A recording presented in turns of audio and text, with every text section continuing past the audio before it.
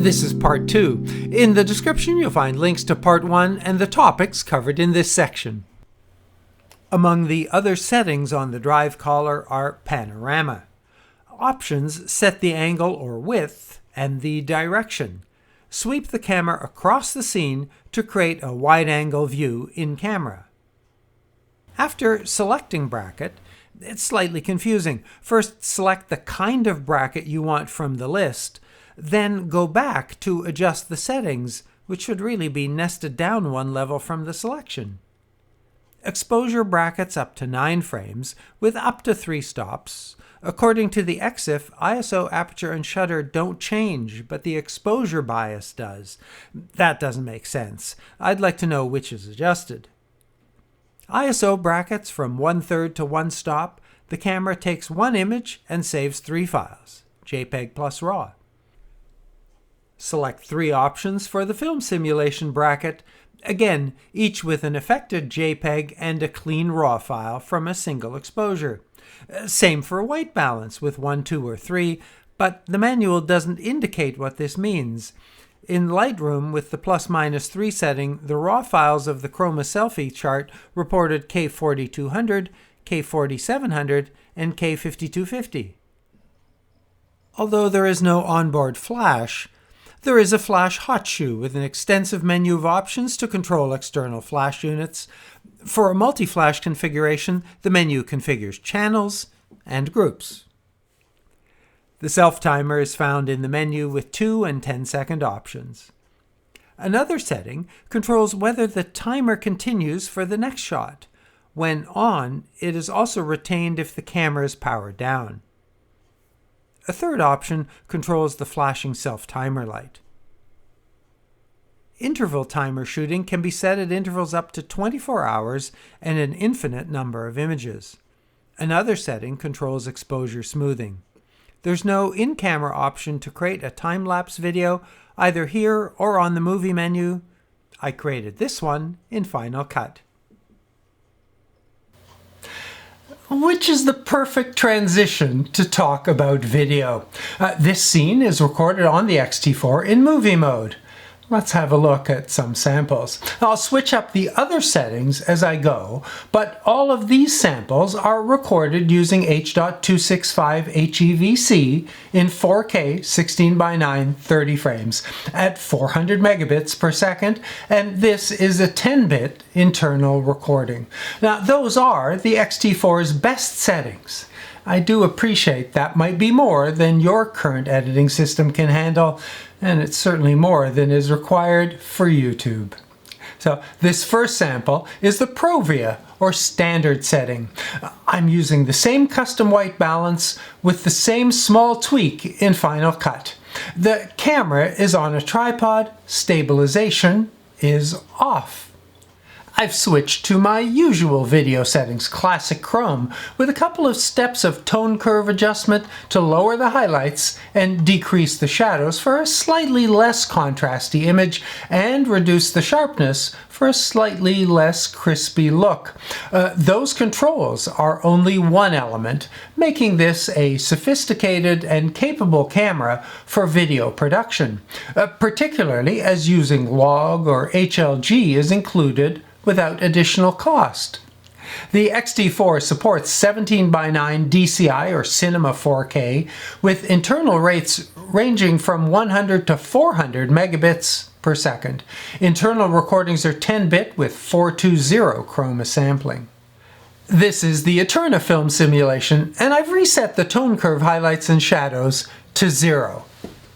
My friend is the DSC Labs Chroma du Monde chart in the Maxi Studio size. It helps to identify some of the dynamic range changes that you're seeing when the settings change. The contrast between the steps on the gray staircase will change. That's more noticeable when looking at a waveform, one of the few features the X-T4 doesn't support. Now, in addition to the H.265 codec, which records MOV files using LPCM audio, H.264 is available in MOV format using LPCM audio or MP4 with AAC audio. The menu indicates the exclusions and limitations. Let's continue with F-Log, which will provide a slight benefit to the light streaming through the blinds behind me. With F-Log, the minimum ISO is 640. Other settings have remained the same. I've graded the footage with the Fujifilm LUT in Final Cut and made some further adjustments to my taste, aiming for a similar result to my classic chrome look. One of the changes that Fujifilm could have implemented between stills and video is to rename ISO to gain, a better descriptor. With the added noise of an increase in gain and F-Log's dynamic range compression, quality could suffer. However, between the high data rate and 10-bit, there's no compromise here. And here's one more look at the classic chrome film simulation with the tone curve adjustments. With the H.265 setting, 60 frame 4K is supported. At 16:9, both all intra and long GOP are available. All of my recordings are all intra, which is better suited to editing. Back to F-Log with the grading adjustments, although this time it's from an external recording on the Adamus Ninja Inferno using ProRes HQ. External recordings have 4:2:2 color sampling. Do I notice small improvement in color quality? Although classic chrome is easier to use, I think I prefer F-Log, partly because now the blinds aren't blown out, but partly because I like the overall quality of the image, particularly for skin tones, as they're less contrasty. Now, even though some of those settings and capabilities have exclusions and limitations, in April 2020, the X-T4 really is the top of the line for APS-C video production. Now, let's continue with a closer look at the video focus settings. The front dial can be set to all three focus modes. Continuous is the usual autofocus choice for video. The menu selects two focus modes, multi or auto area, and area, which allows you to select the focus area. Press the joystick to reveal the video focus spot, which has 6 sizes and is positioned using the joystick. Touch can also be used to select the area, to focus on a specific area, and in shot mode it also starts video with a tap. Touch works well for rack focus to switch focus from one subject to another. There is a tracking sensitivity setting from quick to locked on and a speed setting. Combined with touch, this is the fastest and the slowest.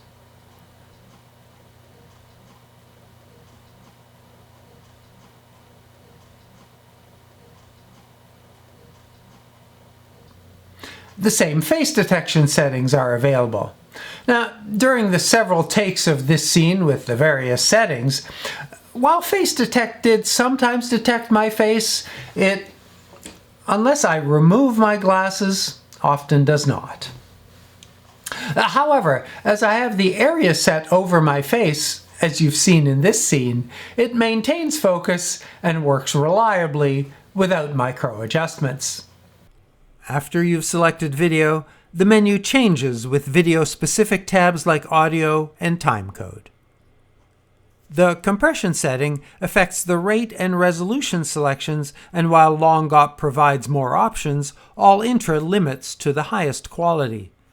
Select the file format. There's some on-screen help to decide. While H.265 isn't as widely supported, it will provide higher quality than the two H.264 implementations, particularly for internal recording. Frame rate and resolution are set on this 3-panel selection screen. With all intra, both 17:9 and 16:9 4K resolutions are available at 24, 25, and 30 frames, but only at 400 megabits. Use long GOP compression for 4K 60 frame and lower data rate options. Purists will appreciate that when 24 frame is selected, the exact 180-degree shutter speed of 1/48 is available.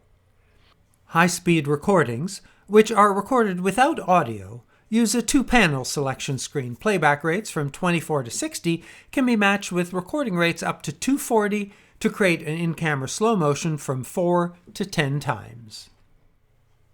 4K can be recorded simultaneously on SD cards and an external recorder via HDMI, but variants provide for HD internal and 4K external, or vice versa.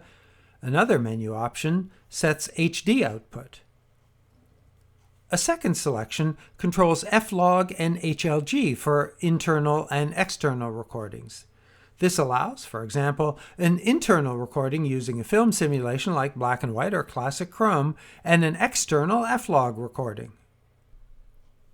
F-Log's advantages can be better seen in a scene like this, where the choice can be to expose properly for the grass in the foreground at f5.6 with a fully blown sky, or to decrease the aperture to f13.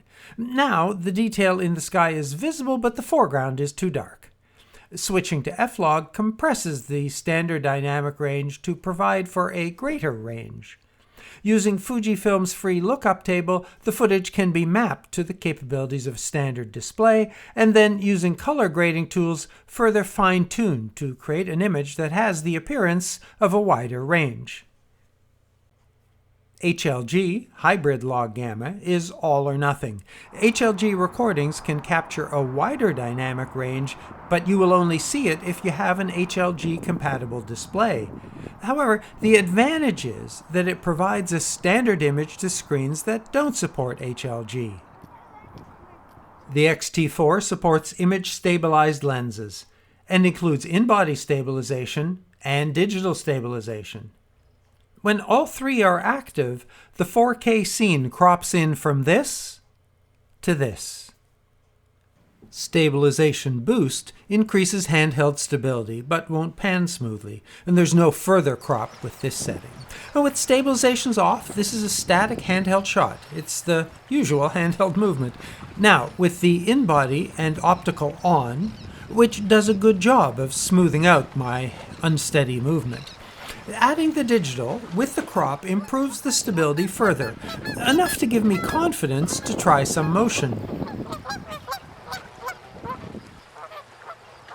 Then with the boost, which is approximating a tripod, or a gimbal, as this low-angle handheld shot demonstrates.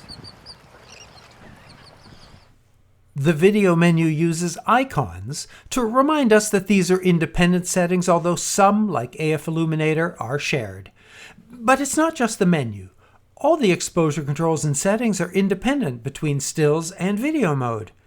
And although physical manual controls are useful, they're not ideal for making adjustments while you're recording video.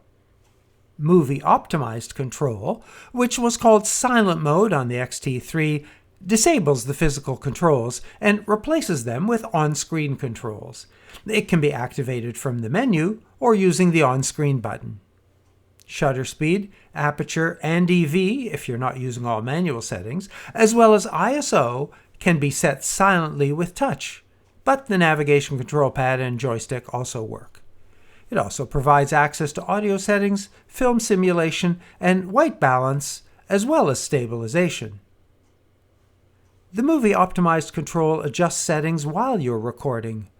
The Auto ISO setting adjusts smoothly to lighting changes. With manual ISO and auto aperture, the step changes are more noticeable. Now, there is no video photometry setting, but the meter display on the left and the histogram are available, along with an audio meter display. But there's also zebra for exposure. Stripes in either diagonal direction can be set to display levels from 50 to 100%.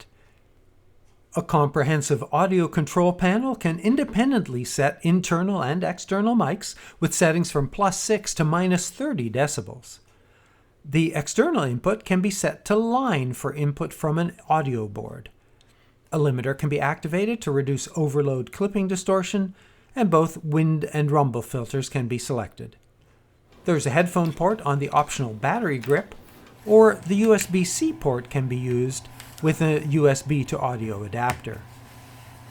Another tab provides an extensive set of timecode controls. Arbitrary or current time and record or free run are available. HDMI is the small micro port. There's no cable clamp provided. The camera outputs the current frame rate and resolution as selected in the menu, either with the menu and screen overlay or clean. With a single candle, 1/60th shutter and f2.8 on the XF16-55 lens, I captured a custom white balance for this scene. The highest ISO available in video is 25,600. And these are my preferred classic chrome film simulation settings with the tone and sharpness adjustments. An option for this kind of low light situation is to use the Eterna film simulation in conjunction with a dynamic range setting of 400%, but with those settings the maximum ISO is 12,800. While both settings provide accurate colors, the noise is reduced with the lower ISO. Please share your thoughts in the comments. In video, the dual card slots support the same sequential and backup settings as stills. With sequential recording, the time remaining at the top of the screen is cumulative, and you will see the adjacent recording indicator switch seamlessly from one card to the other. Although it causes an interruption to the external recording, watch the card status display as I swap a full card for a new one. When both cards fill up, the X-T4 stops recording. Unfortunately, it also sends an unnecessary stop command to the external recorder. Maybe that can be fixed in an upcoming firmware release. The battery switch when using the grip is also seamless. Watch as the left battery is fully depleted and the camera continues to record without interruption. That's a welcome fix from previous models. Fujifilm's Camera Remote smartphone app can be used to shoot video as well as stills. Exposure settings, including film simulation, can be set. Video quality cannot. Regardless of the camera's settings, video records at HD 30 frames 100 megabits. Videos can be downloaded to the phone or tablet. A 30-second recording took over 3 minutes to transfer. Now I've posted a detailed review of Fujifilm's free Camera Remote smartphone app. The link is in the description. Press the play key to review your images or video. The disp key and the up key cycle through the various display options and information screens. Press the rear dial for an expanded view of the focus point. Incidentally, to review your images while you're shooting, Screen Setup has an option to show images in the viewfinder and the LCD.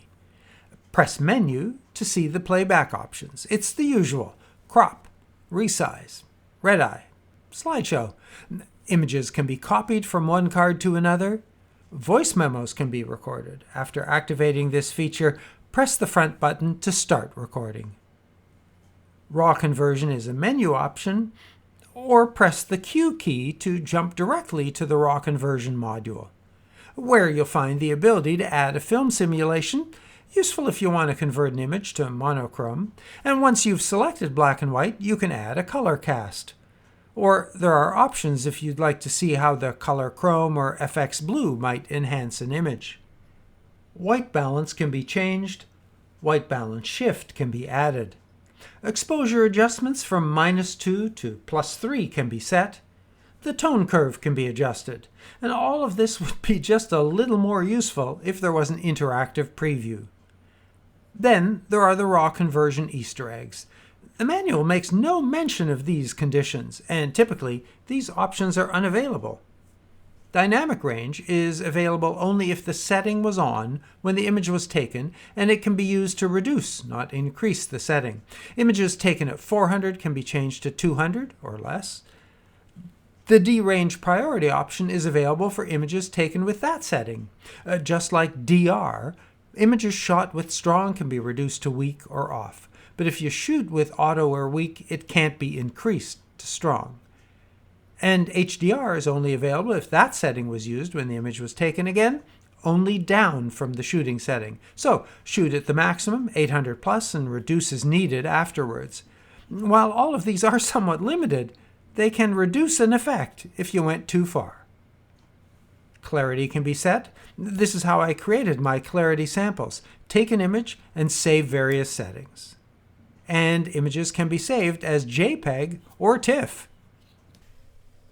The division of the menu system into 3 different configurations: stills, video, and playback is welcome.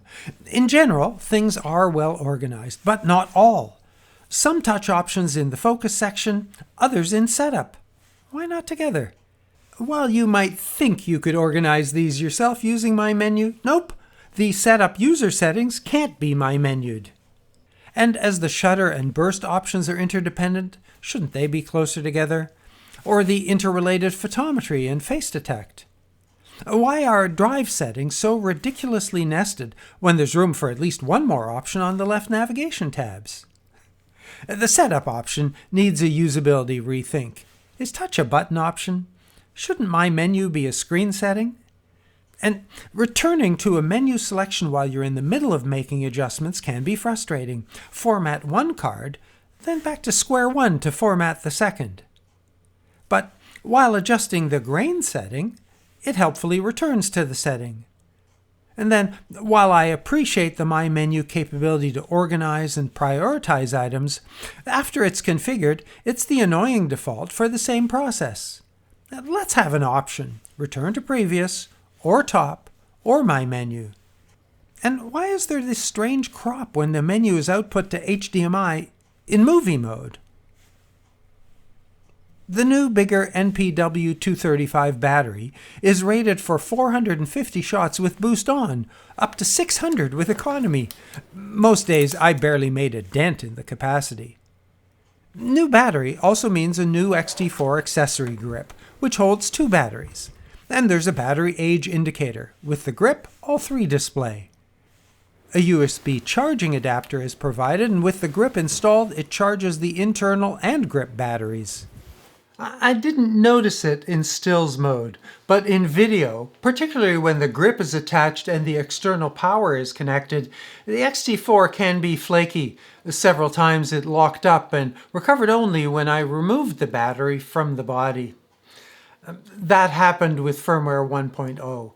From Fujifilm's past performance, I'd expect this to be fixed in an upcoming firmware update. The X-T4 delivers excellent quality with a great feature set for stills and particularly for video. And I would never recommend that you use anything less than the highest quality settings for any work. But here, if you're producing for YouTube, you could dial back the data rate to 200 and still exceed your needs. I hope I've answered your questions, but as always, I'm happy to reply to your civil comments and your relevant questions. Improve your skills by shooting until your memory card is full and your battery is empty. And until this pandemic subsides, let's keep our distance, wash our hands, and support our friends and neighbors. I would like to thank my self-identified subscribers. Your interest and support is appreciated. And if you're thinking about joining our small and select group, remember that it's free and there's no obligation.